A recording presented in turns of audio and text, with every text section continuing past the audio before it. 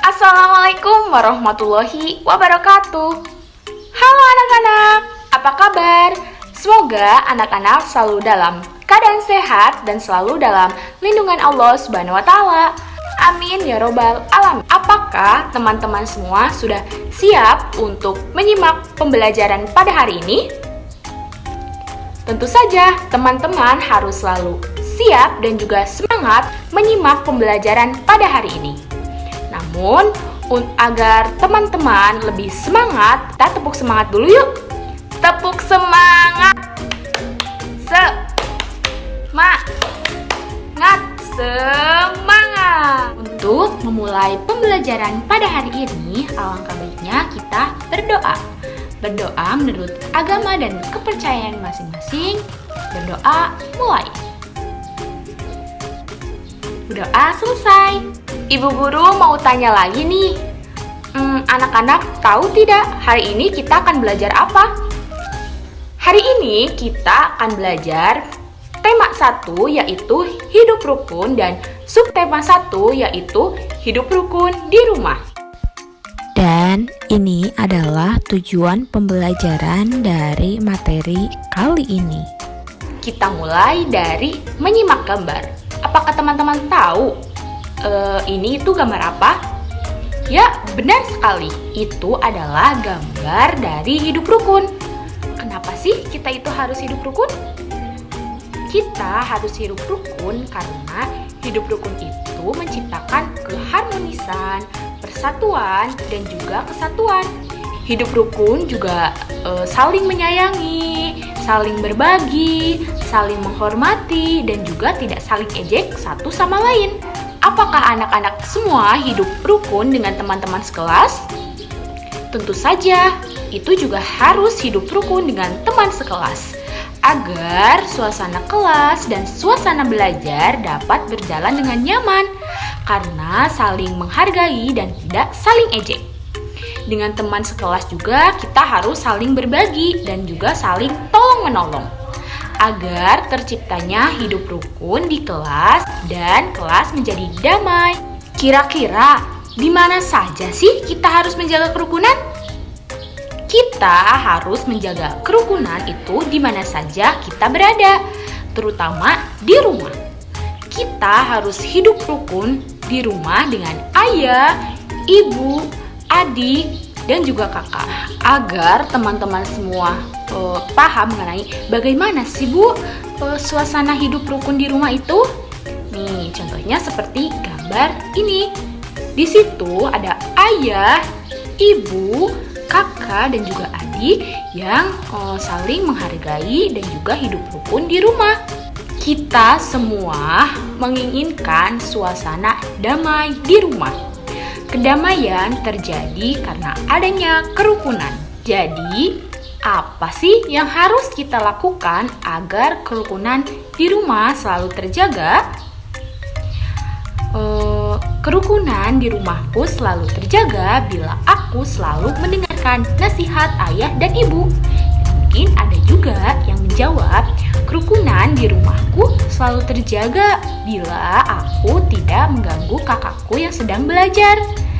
Dan mungkin masih banyak lagi ya sikap yang anak-anak lakukan jika ingin menjaga kerukunan di rumah. Apakah anak-anak semua tahu selain kita belajar kerukunan di rumah, kita juga sembari akan belajar tentang kata ungkapan. Apa sih Bu kata ungkapan itu? Ungkapan adalah kelompok kata yang mengatakan suatu maksud dengan makna kiasan. Kelompok kata dalam ungkapan tidak bisa disisipkan kata lainnya. Jadi, ungkapan adalah kata yang memiliki arti tersendiri. Agar teman-teman paham mengenai apa itu ungkapan, yuk kita simak bersama-sama teks cerita yang berkaitan dengan hidup rukun yang terdapat kata ungkapan di dalam teks cerita tersebut. Udin mempunyai kakak perempuan bernama Mutiara. Udin dan Mutiara selalu menjaga kerukunan di rumah. Ayah dan ibu menyayangi Mutiara dan juga Udin. Suatu hari, ayah membawakan buah tangan untuk Mutiara dan juga Udin. Mutiara mendapatkan buku cerita dan Udin mendapatkan mainan. Mutiara dan Udin berterima kasih kepada ayah dan ibu. Mutiara dan Udin tidak saling berebut oleh-oleh. Ayah dan ibu bahagia melihat buah hati mereka selalu hidup rukun. Di dalam teks cerita tersebut, kira-kira yang mana sih yang termasuk ungkapan itu, Bu? Nah, di dalam teks tersebut yang terdapat kata ungkapan adalah buah tangan dan juga buah hati. Apakah teman-teman tahu apa sih arti dari ungkapan buah tangan dan juga buah hati itu? Yang pertama ada buah tangan. Buah tangan itu artinya bukan tangan yang berbuah, tetapi buah tangan di sini adalah oleh-oleh. Jadi dalam teks tersebut ayah membawakan oleh-oleh untuk Mutiara dan juga Udin. Yang kedua yang termasuk ungkapan adalah buah hati. Nah, buah hati di sini yaitu bukan hati yang berbuah, tetapi buah hati ini memiliki arti yaitu anak.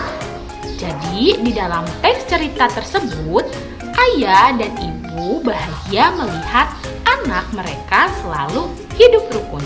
Itulah tadi salah satu contoh dari bentuk kata ungkapan. Nah, anak-anak, inilah contoh lain dari bentuk kata ungkapan. Yuk kita sebutkan bersama-sama. Anak buah, tangan kanan, kaki tangan,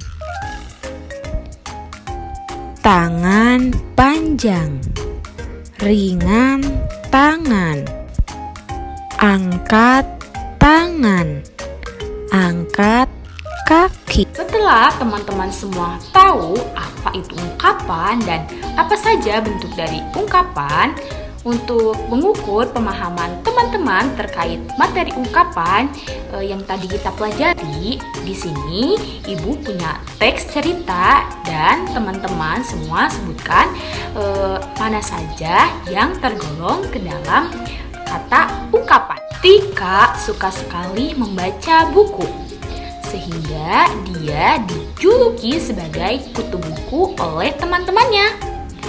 Tika juga selalu menjadi bintang kelas. Guru pun angkat topi.